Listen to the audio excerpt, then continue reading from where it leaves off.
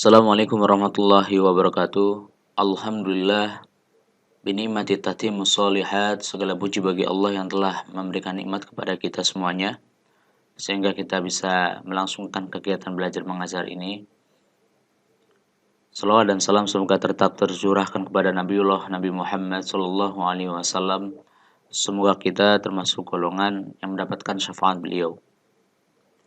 Pada kesempatan kali ini, Bapak akan menyampaikan materi berkaitan dengan materi baru di bab 3, yaitu mempertahankan kejujuran sebagai cermin kepribadian.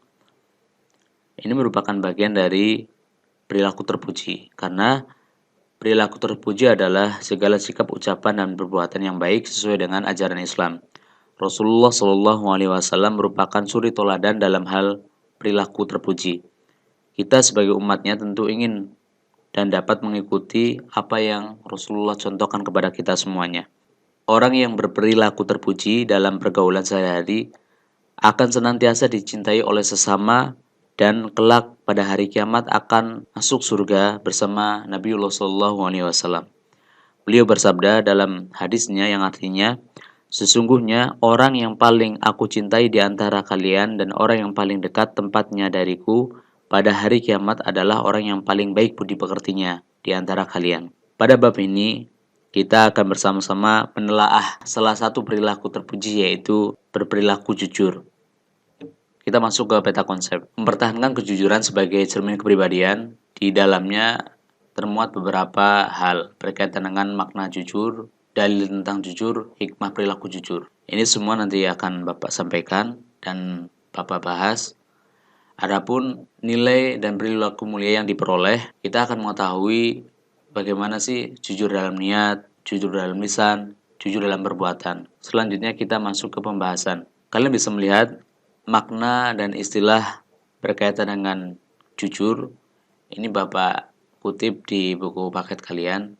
Adapun Bapak tambahkan dengan pengertian yang lain, yaitu perilaku jujur atau akhlakul karimah merupakan ciri kepribadian muslim yang baik. Seorang muslim dikatakan memiliki kepribadian yang baik manakala sifat-sifat dan perilaku terpuji telah tertanam dalam dirinya. Perilaku terpuji dapat pula dikatakan sebagai pondasi yang mampu mendasari serta mengkokohkan kepribadian pada suatu bangsa. Jadi, perilaku terpuji itu harus dimiliki oleh setiap muslim karena pada dasarnya perilaku terpuji mencerminkan pribadi yang baik. Adapun salah satu perilaku terpuji adalah perilaku bersikap jujur. Jujur adalah kebenaran, yaitu sesuai dengan perkataan dan perbuatan. Jadi, dalam hal ini, semua tingkah laku kita yang kita ucapkan itu sesuai dengan kenyataan atau memiliki etikat yang baik yang terpatri dalam hati. Adapun lawan dari jujur adalah dusta atau bohong. Makna lainnya adalah al-kazibu. Hal ini jelas sangat bertentangan dengan kenyataan. Perilaku tersebut kerap kali digunakan untuk dijadikan dalih atau alasan menutupi segala hal yang semestinya itu tersampaikan dengan benar, tapi dia tutupi untuk mengelabui dirinya sendiri. Banyak orang yang tidak mengedepankan nilai-nilai kejujuran dalam memenuhi kebutuhan hidup atau keinginannya. Hal ini terjadi karena mereka tidak memahami dan menghayati ajaran luhur agama. Mereka hanya mempelajarinya tanpa ada kesadaran untuk menerapkan nilai-nilai luhur tersebut dalam kehidupan yang nyata. Alhasil, apa yang dipelajari dan apa yang dipraktekkan tidak sesuai atau bertolak belakang pada kenyataannya. Untuk itu, pada bahasan kali ini, kita nanti akan mempelajari berkaitan dengan Quran Surat Al-Maidah ayat 8 dan Quran Surat At-Taubah ayat 119 dan hadis terkait tentang kewajiban berperilaku jujur dalam kehidupan sehari-hari. Mudah-mudahan kita dapat memahami dan menghayati dan kemudian mempraktekkan kandungan ayat-ayat tersebut dalam kehidupan sehari-hari. Adapun landasan mengapa kita dituntut atau diperintahkan untuk berperilaku jujur itu terdapat pada Quran Surat Al-Maidah ayat 8 dan Quran Surat At-Taubah ayat 119. Bapak bacakan dan berikan pembahasan pada Quran Surat Al-Maidah ayat 8. Bismillahirrahmanirrahim. Ya ayyuhalladzina amanu kunu qaumina lillahi syuhada bil qist wa la yajrimannakum sana'an qaumin ala alla ta'dilu i'dilu wa aqrabu littaqwa wattaqullah innallaha khabirum bima ta'malun. Wahai orang-orang yang beriman, jadilah kamu sebagai penegak keadilan karena Allah ketika menjadi saksi dengan keadilan. Dan janganlah kebencianmu terhadap suatu kaum mendorong kamu untuk berlaku tidak adil. Berlakulah adil karena adil itu lebih dekat dengan takwa. Dan bertakwalah kepada Allah, sungguh Allah maha teliti terhadap apa yang kamu kerjakan. Ayat di atas merupakan perintah Allah agar manusia berperilaku jujur dan adil. Perilaku yang mencerminkan pengamalan ayat tersebut antara lain sebagai berikut. Allah Subhanahu wa taala memerintahkan kepada orang mukmin atau beriman agar mampu menjadi penegak keadilan karena hanya mengharap ridho dari Allah. Jadi benar-benar niat tulus ikhlas karena Allah. Tidak ada kepentingan tertentu dalam menegakkan keadilan. Yang kedua, ketika bersaksi hendaknya menjadi saksi yang adil, yaitu menyampaikan kesaksian yang benar dan jujur, tidak memberikan kesaksian palsu atau rekayasa. Karena perlu kalian ketahui bahwasanya kesaksian palsu atau pemberi kesaksian palsu itu termasuk bagian dari dosa yang besar. Maka berhati-hati dari apa yang kita ucapkan atau kita sampaikan. Dan contoh yang lainnya adalah hoax. Itu juga merupakan bagian dari persaksian palsu atau menyebarkan kabar yang tidak semestinya benar dan memiliki tujuan tertentu. Selanjutnya adalah dilarang keras melakukan ketidakadilan terhadap orang lain atau kelompok karena dilandasi kebencian, tidak suka terhadapnya. Allah Subhanahu wa taala memerintahkan agar tetap berperilaku adil walaupun kepada orang yang kita benci sekalipun, ya. Jadi jelas bahwasanya perintah ini tidak pandang bulu, ya, bukan didasari atas like and dislike seperti itu. Tapi didasari atas murni menegakkan keadilan. Selanjutnya, Allah Subhanahu wa taala dalam hal ini mewajibkan agar manusia senantiasa bertakwa kepadanya. Manusia yang bertakwa adalah manusia senantiasa konsisten menjalankan perintahnya dan menjauhi segala larangannya. Firman Allah dalam Quran surat At-Taubah ayat 119, Ya ayyuhalladzina amanu taqullaha wa kunu ma'as-shadiqin. Wahai orang-orang yang beriman, bertakwalah kepada Allah dan bersamalah kamu dengan orang-orang yang benar. Al-Quran Surat At-Taubah ayat 119 ini adalah perintah Allah Subhanahu wa taala agar manusia berlaku takwa dan selalu bersama dengan orang-orang yang benar atau jujur. Perilaku yang mencerminkan pengalaman ayat tersebut diantaranya adalah kita diperintahkan oleh Allah agar bertakwa kepadanya. Kata takwa memang singkat dan mudah diucapkan, tapi amat luas pengertian dan isi kandungannya.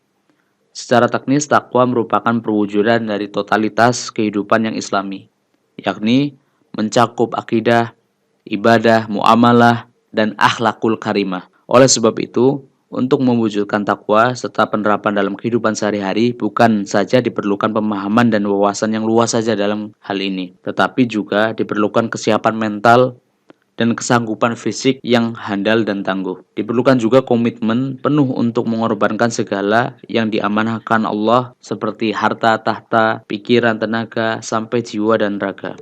Kita diharuskan senantiasa bersama-sama dengan orang-orang yang jujur. Seperti halnya memperoleh petunjuk, kita tidak boleh mengikuti orang yang tidak memiliki ilmu pengetahuan atau salah dalam mengikuti orang yang semestinya diikuti tapi malah ditinggalkan dan yang seharusnya ditinggalkan malah diikuti.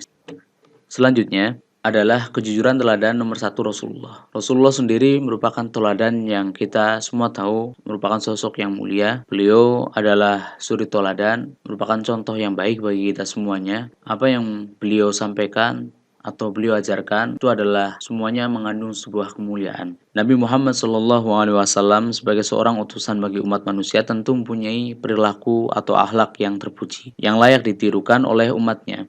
Di antaranya perilaku atau akhlak terpuji Nabi Muhammad SAW adalah jujur. Nabi Muhammad SAW mendapatkan gelar Al-Amin karena sikap jujur yang melekat pada dirinya dalam setiap tindakan dan perbuatan. Beliau selalu jujur dalam melaksanakannya. Semenjak kecil, Nabi Muhammad SAW terkenal dengan kejujurannya. Baik mulai dari ketika beliau ikut berdagang sampai menjadi pemimpin, beliau selalu jujur dalam menjalankan pekerjaan dan perintah yang diberikan kepadanya. Perilaku jujur yang melekat dan tercermin dalam keseharian beliau tentu saja harus bisa kita tiru juga dalam keadaan sekarang. Mulai dari berkata dan berbuat jujur kepada diri sendiri, orang tua, guru-guru kita, teman-teman, dan semua orang yang ada di sekitar kita.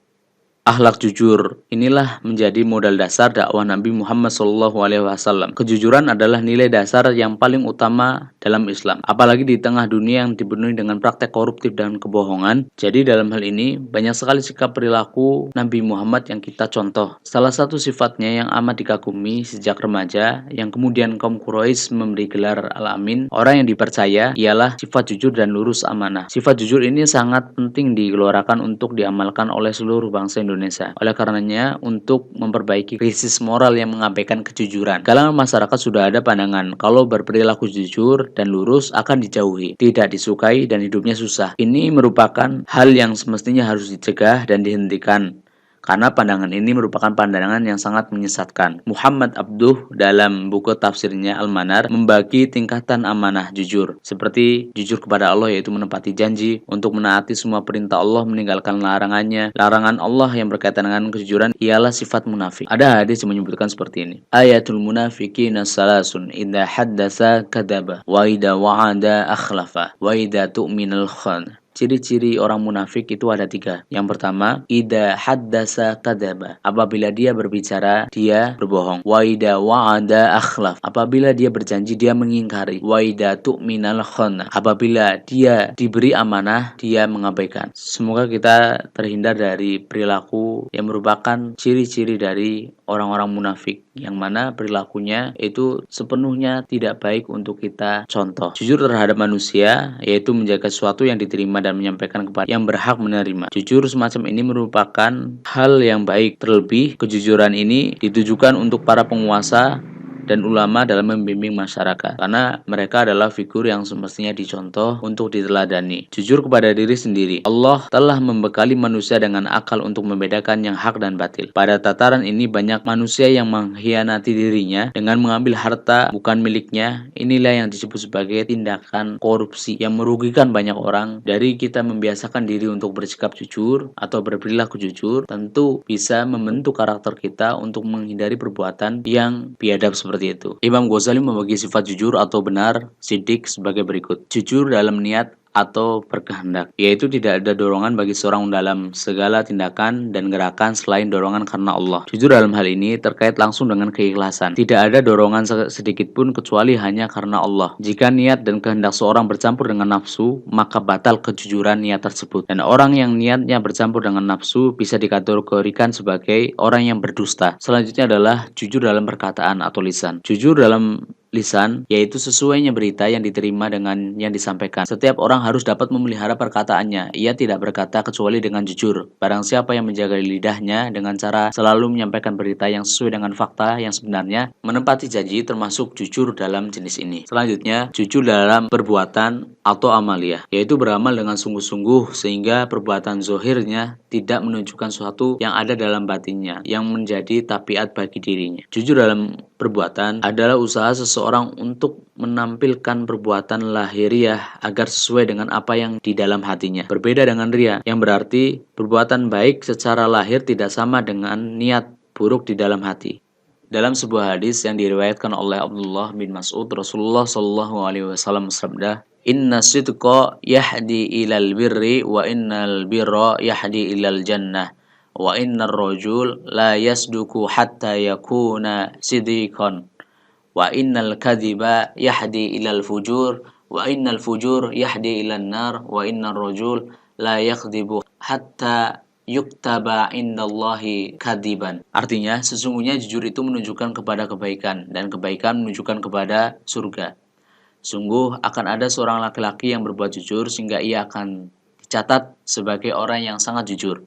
Sebaliknya, dusta menunjukkan kepada kemaksiatan, dan kemaksiatan mengantarkan seseorang ke neraka.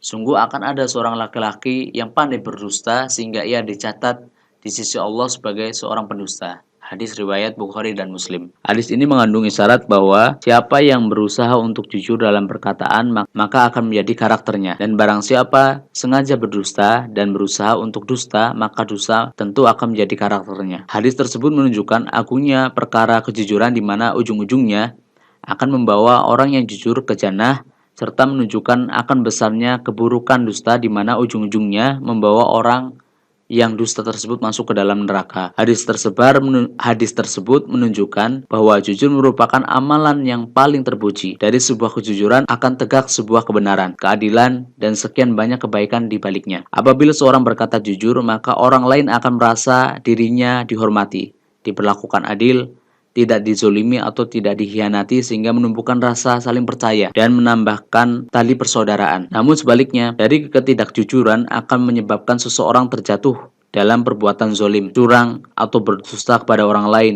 yang berakibat memudarnya sikap saling percaya, bahkan timbul kedengkian, permusuhan, dan sikap jelek lainnya. Adapun manfaat berperilaku jujur, yang pertama adalah rasa percaya diri sendiri. Jika pada diri sendiri saja kita bisa percaya, maka orang lain juga akan merasa percaya terhadap kalian. Dan rasa percaya diri ini tentulah bisa disokong dengan bersikap jujur dan apa adanya, tanpa berbohong. Salah satunya selain itu, manfaat lainnya, Anda bisa bersikap optimis dan bisa melakukan segala sesuatu tanpa keraguan. Dengan sikap jujur ini, baik pada diri sendiri maupun pada orang lain. Yang kedua, tidak merasa terbebani. Sikap jujur yang kita terapkan akan membuat diri kita tidak akan merasa terbebani.